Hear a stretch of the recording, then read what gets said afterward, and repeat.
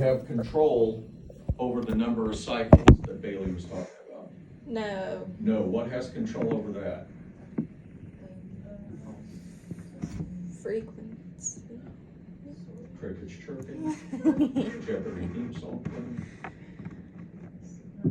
What controls the number of cycles, Bailey? The transducer, the. Yeah, what part of the transducer? The Pulse. No. No, it's the damping layer. And the process where the computer could do it, like your noise canceling headphones, is dynamic damping.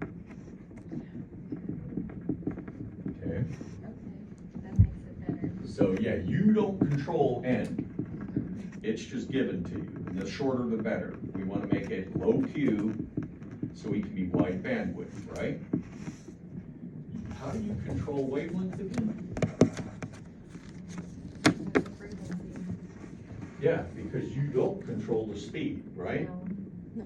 You can control the operating frequency and the related how? Inverse. Inversely proportional.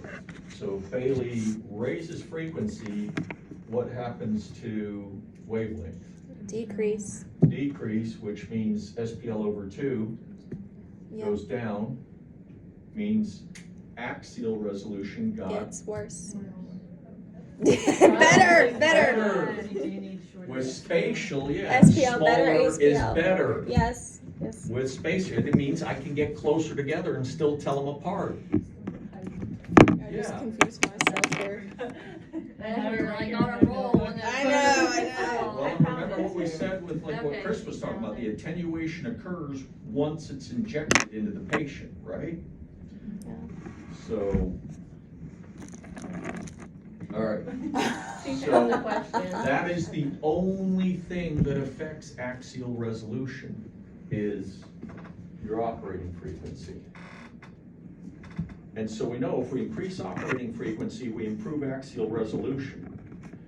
And we also said if we increase operating frequency, we improve lateral resolution. Because we make it less divergent in the far field, the Fraunhofer zone, and we make a longer focal zone, right? Okay. Now, that's axial and lateral Elevation. elevation. Exactly. Okay, what's my question? Is this the one we were talking about earlier? Yeah. Okay, what system parameter is being assessed in this phantom image? Okay, is it going along the sound beam? Well, we don't do axial or lateral with that particular part of it. So, but that's all they gave you for, yeah, then your best answer would be lateral, but that's incorrect. I can tell you why they're saying lateral. Because they're looking at this little, what this is right here Yeah. is a calibrated range. Each one of these are a centimeter apart. So if I measure from here to here, and it should be 5 centimeters, and I only measure 4.8, then we have to tell the engineer, hey, adjust it. You follow me?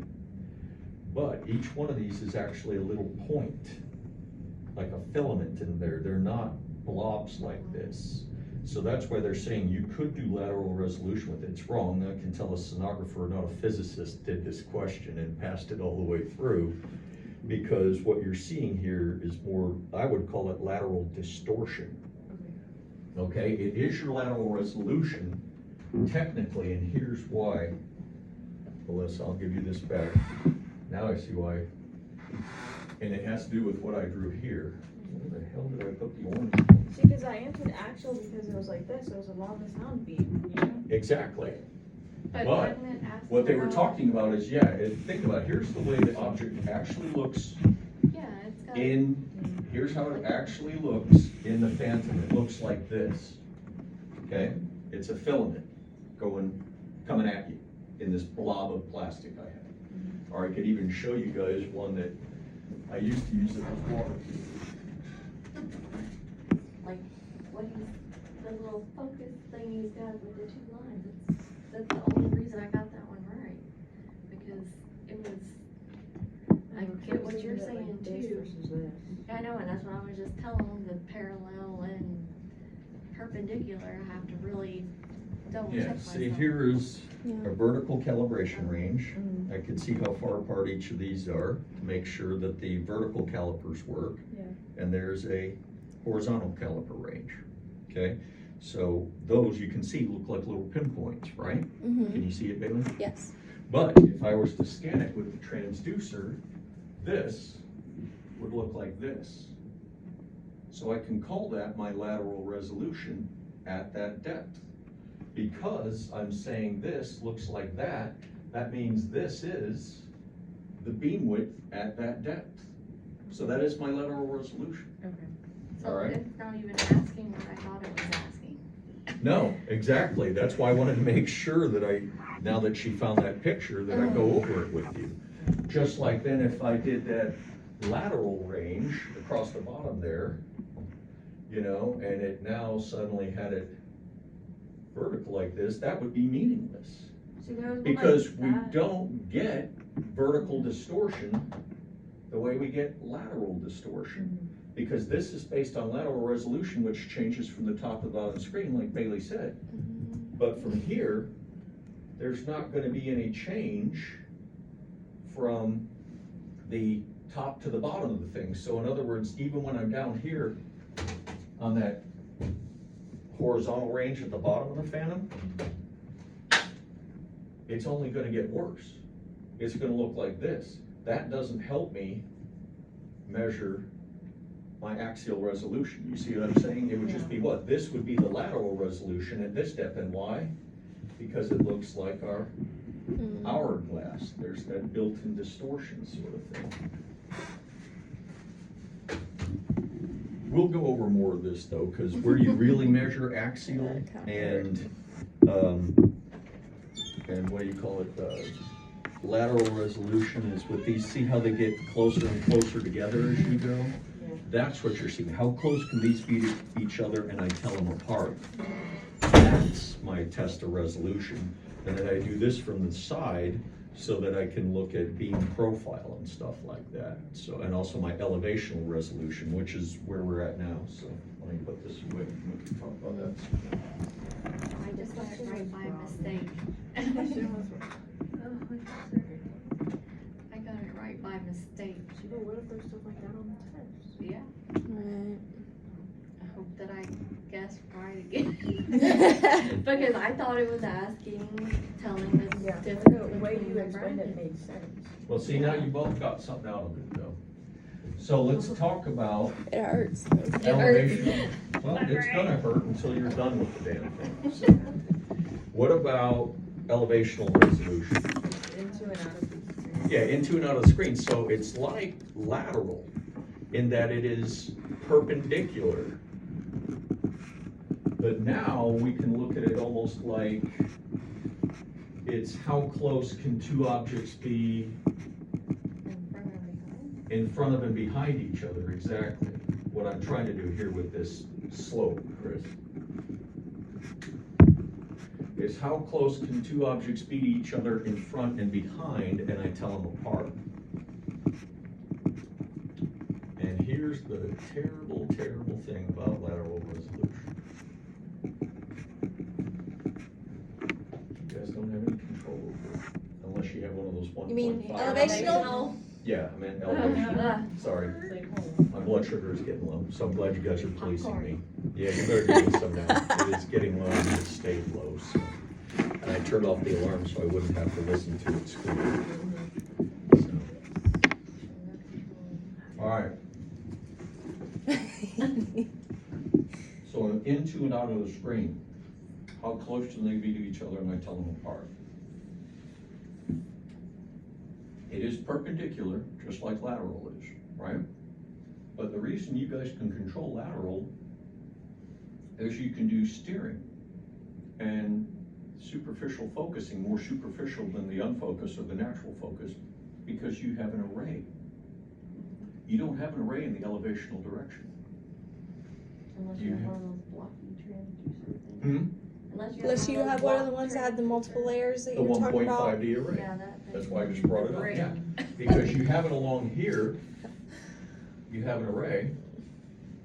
But now if you look at it from the side, it's only one crystal thick, isn't it? If you had the 1.5 D, then sure, you have an array in this direction also.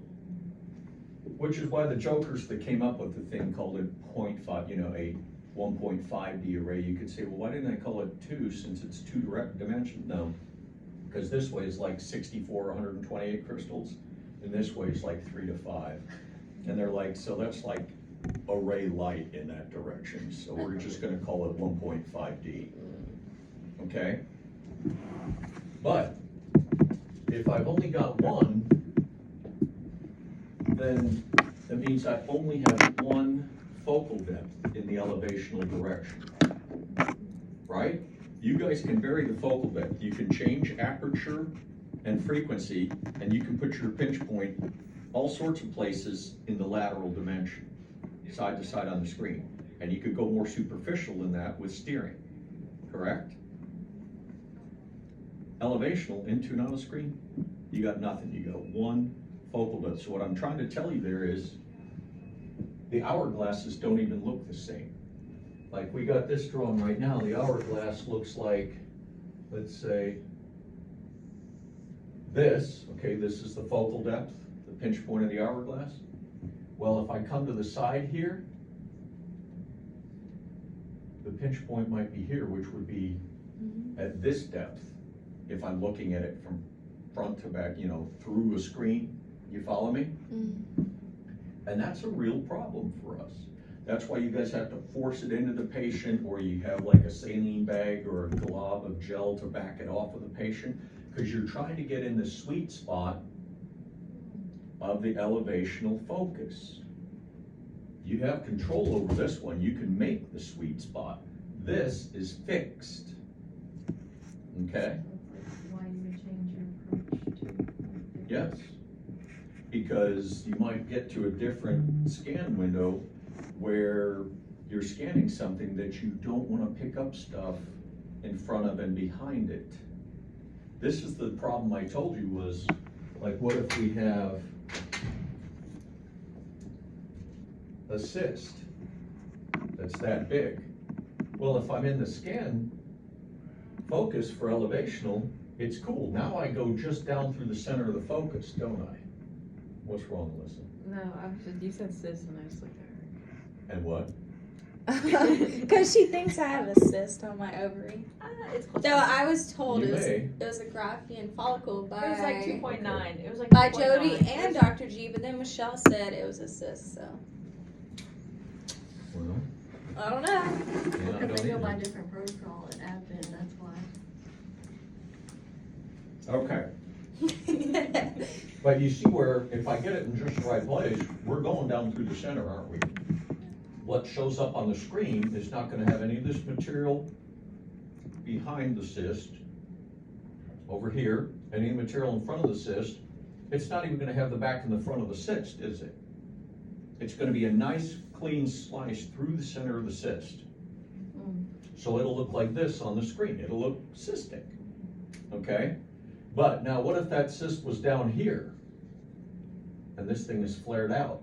It's gonna look flared out. Yeah, now I'm getting all the stuff in front of the cyst, all the stuff behind the cyst, the So whole we'll have like cyst. artifact. And yes, because now, instead of this looking like a bubble or fluid or whatever, remember that whole thing is compressed into one shade of gray.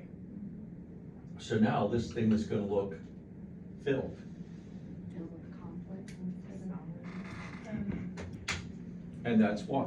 So, what can we say about elevational resolution? It is perpendicular or orthogonal or all that crap, you know?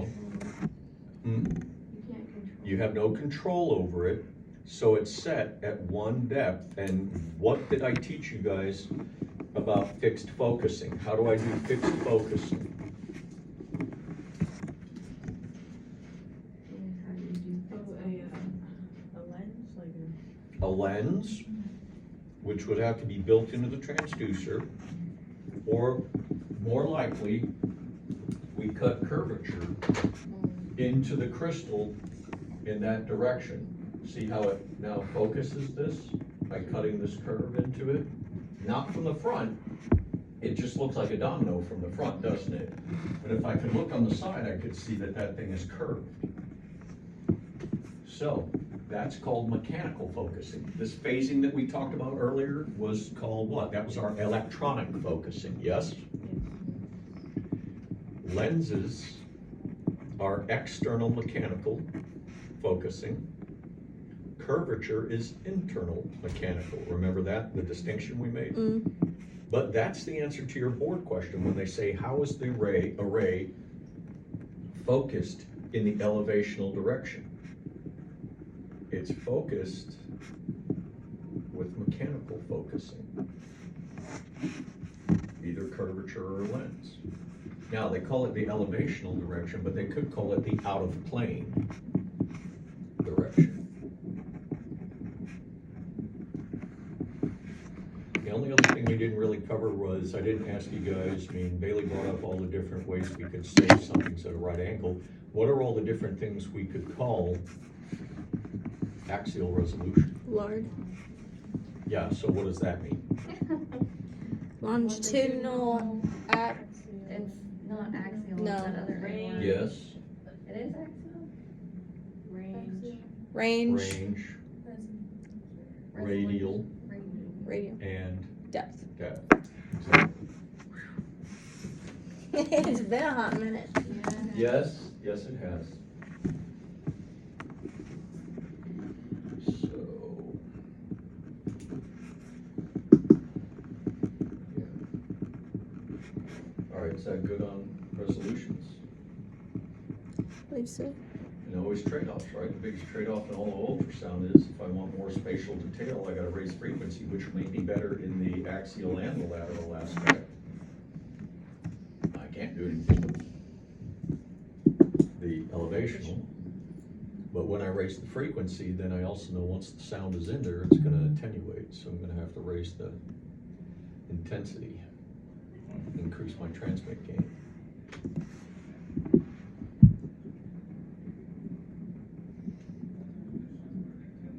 Anything else, or is this enough for today, ladies, or what? Is this enough for today? Are you full up? I think so. What else, I mean, unless. We did just have a few more written down, but we can Well, always do it another time. Cause we're talking about transducers. Was one. Yeah, and then I we told were you this going thing over the students scored the hemodynamics. lowest on nationally. Yeah, I can see Let me know why. Why are you if you talking want about us to the- take it away. The What? pressure, So let me know if you want us to take it away. Yeah, you probably should.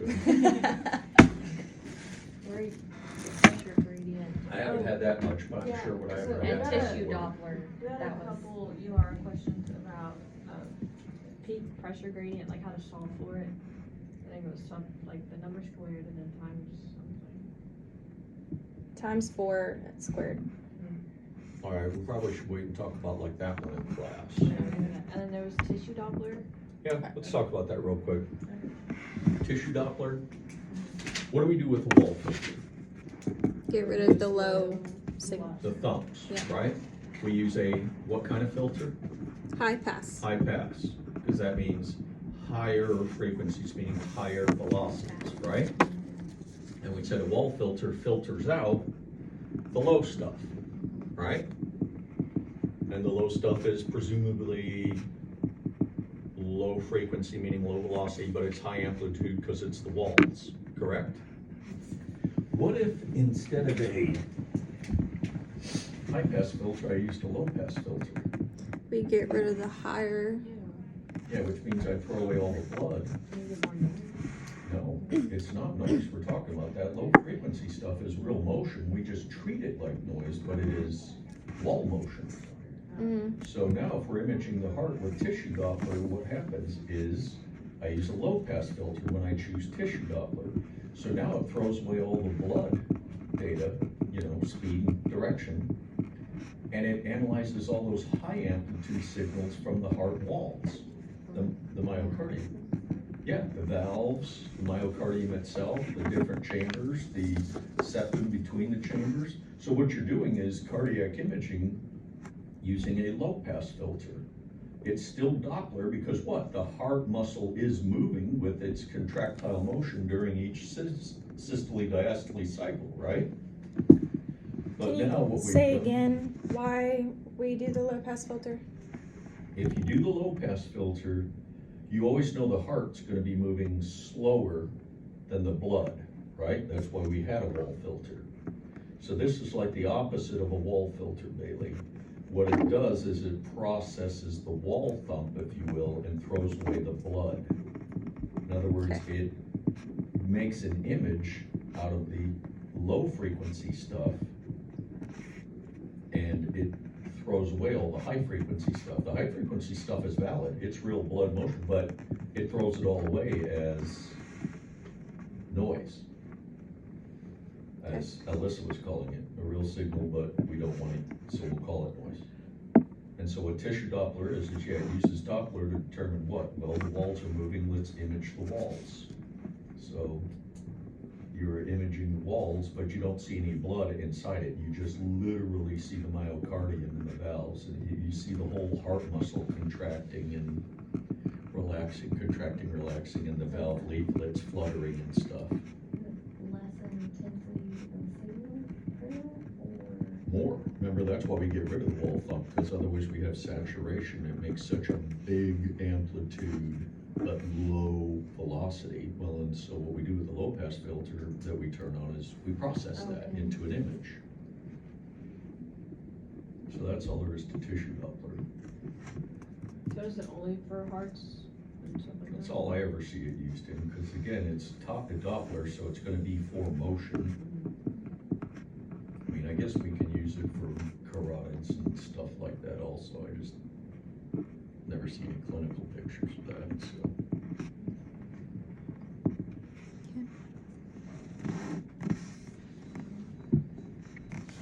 The other one we'll talk about,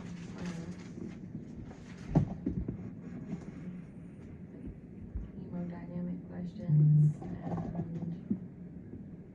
stuff about transducers, what y'all wanna know about transducers. The phased arrays, or what kind of questions are they gonna give us on transducers on the board? Well, it can be all sorts of stuff, like those board questions I gave you guys that I didn't make you answer for me, like what shape does this kind of transducer do? Okay. Or you have this, selection of transducers, which one would you pick for, like, Alyssa's doing this cardiac, but one of the ones they like is small parts imaging, so you gotta know, okay, like which one, usually phased array, if they give you that, it's gonna be the one with the smallest contact patch, so I might be able to use that on the finger or something like that, or the toe. That kind of thing, as well as all the other stuff. What is a piezoelectric effect? What does PZT mean as a material goes? And I got a lot of CMUD and PMUD on my UR thing. Interesting. Yeah, cause I was like, I didn't think we had to know those. no, I told you guys you would have to know it, but that you would get more on the URR than you'll get on the main exam. That's one of those things that, like I said, I would get to in that catch-all I give you guys at some point soon. The one that I will say is not catch-all that you will get asked about is contrast and harmonics. That's the one that, I did get asked about harmonics. huh? I did get asked about harmonics. Mm-hmm. Yeah. Like a lot. The way harmonics works is like, say, Selena's doing a scan, she sends in 4 megahertz, and we always have harmonics mode on. And it's double, so it's 8. Right, your flesh, the patient's tissue actually, because it's compressing and rarefacting, it actually is changing the density. And so it changes the wavelength, not unlike what we see with Doppler. So we do get back a quasi 8 megahertz signal. If we sent 4 in, that would be your second harmonic. That's a board question, like what do we image with in harmonic imaging? It's the second harmonic because it's what? The first multiple of what you started with. You start with 4, you get back 4, but you also get back 8. Well, 8's the second harmonic. 3 times that, or 12 would be the third harmonic. Why don't we image with that? The third harmonic is too damn weak. Hmm? But I remember when we went over that now, the first harmonic, second, third.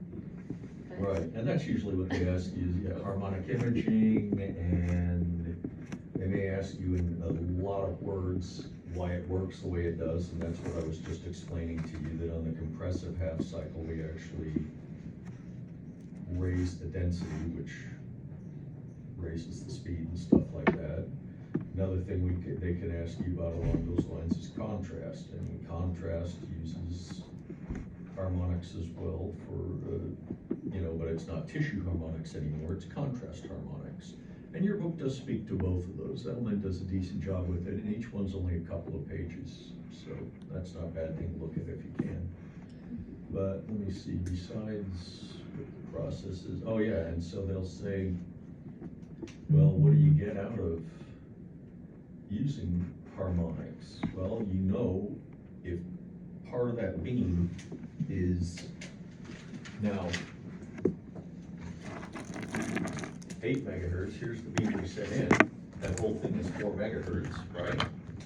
But the computer understands that there's an envelope, maybe it doesn't touch the side, but there's an envelope inside it of 8 megahertz sound.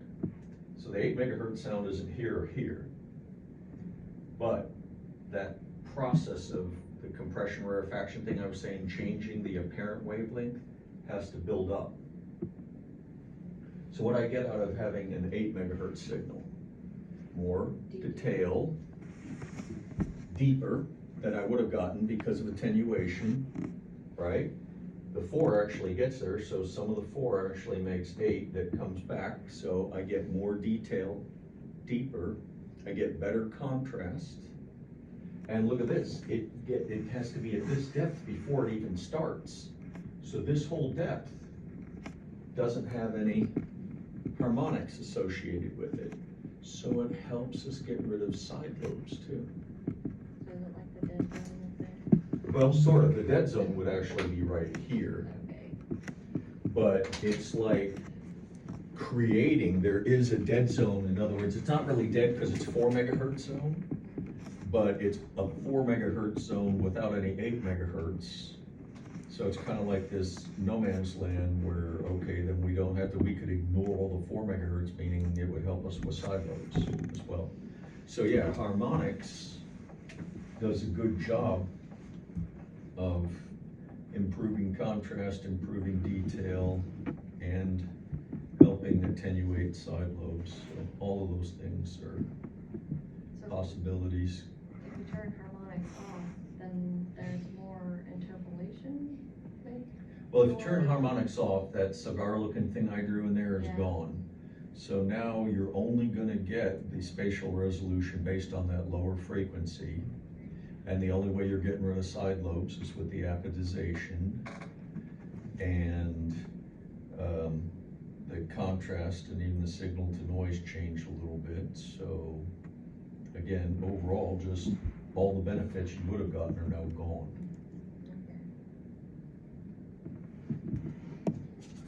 So that's contrast in a nutshell. Harmonics in a nutshell. Contrast, it's good, like I said, with Edelman, because he talks about how the harmonics associated with the contrast agent are different than the harmonics that happen with tissue. Because the way the contrast agent works is microbubbles. And you're getting contrast because you got these little gaseous bubbles where you used to have fluid in the patient. And so he talks about that some, but it still has to do with your oscillating the volume of the bubble, and again, it's giving you a harmonic, and therefore, instead of you're changing the tissue, you're changing the contrast. Either way, you're getting back a harmonic that the machine can work with. So, Hemodynamics, what did y'all want to know? Mostly, we just wanted to hit like kind of what we already went over Doppler, since you did say it's a big part of this guy. Like anything confuses you specifically, or just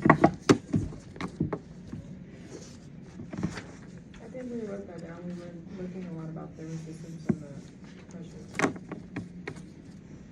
On the what, calculating the pressure gradient? No, like what we talked about at the beginning, Like the with vessel pressure with and the vessel. area and, Yeah, just always go with, that push-pull first of all, that if pressure goes up, speed had to go down, and if pressure goes up, that means force went up over an area, right? And it usually happens because the cross-sectional area went up.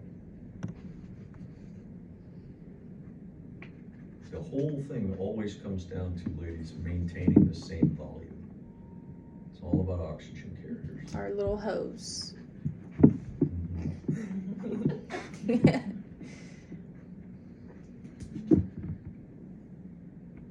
Selena's done at this point.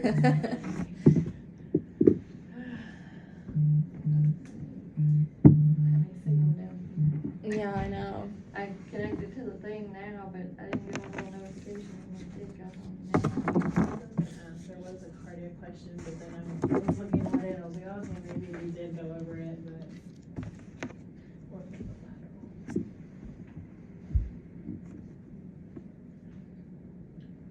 Which of the following system controls cardiac imaging to correct dropout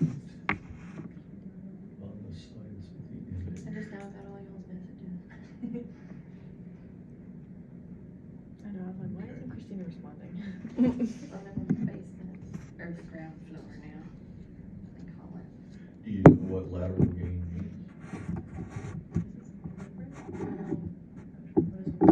Yeah, it's enhancing the image to either side of the frame.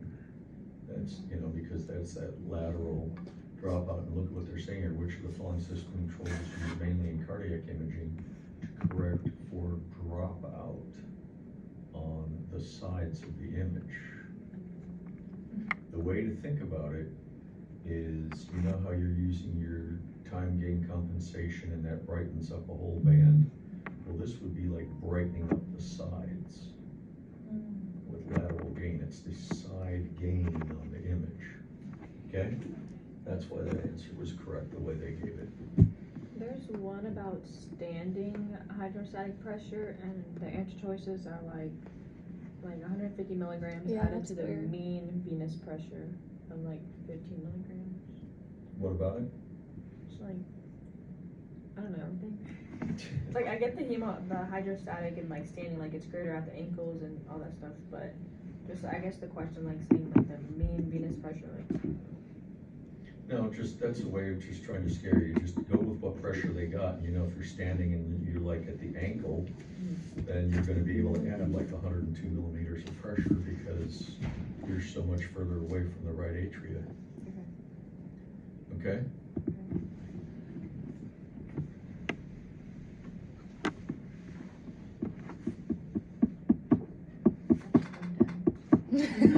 Huh? I think we're all probably not friends. All right. Perhaps again next week.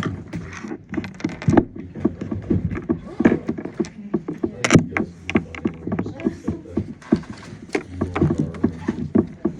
Don't be rattled if they ask. I mean, you are there to ask you things, to push you. And not only that, occasionally, like you saw Erica come to say hi to me today, where she brought me one last year where their answer was wrong. So, you can't have grading loads unless you have it right and stuff like I mean, technically, you said the one that I showed you was wrong. Yeah. that. Right, I'm saying as from a physics standpoint, but I did tell you why they would look at it that way. What they're really wanting to say is not the lateral resolution. They want to say, well, I'm looking at beam profile. I'm looking at the distortion at that depth. But for them, that is the lateral resolution at that depth. So I can see why they call it that. Still kind of lazy, in my opinion. And certainly has nothing to do with the test objects inside of the. Well, I showed you that one that I showed you was a really old one. I went and got the one that you Andrew. So much more complicated. And they were probably more complicated. Actually, I noticed at Marcus today that I'll be going because it has pictures of the insides of those things. phantom that looks like this, and they ask you, well, what is that test object or set of objects for, you'll be able to say. That's the reservoir.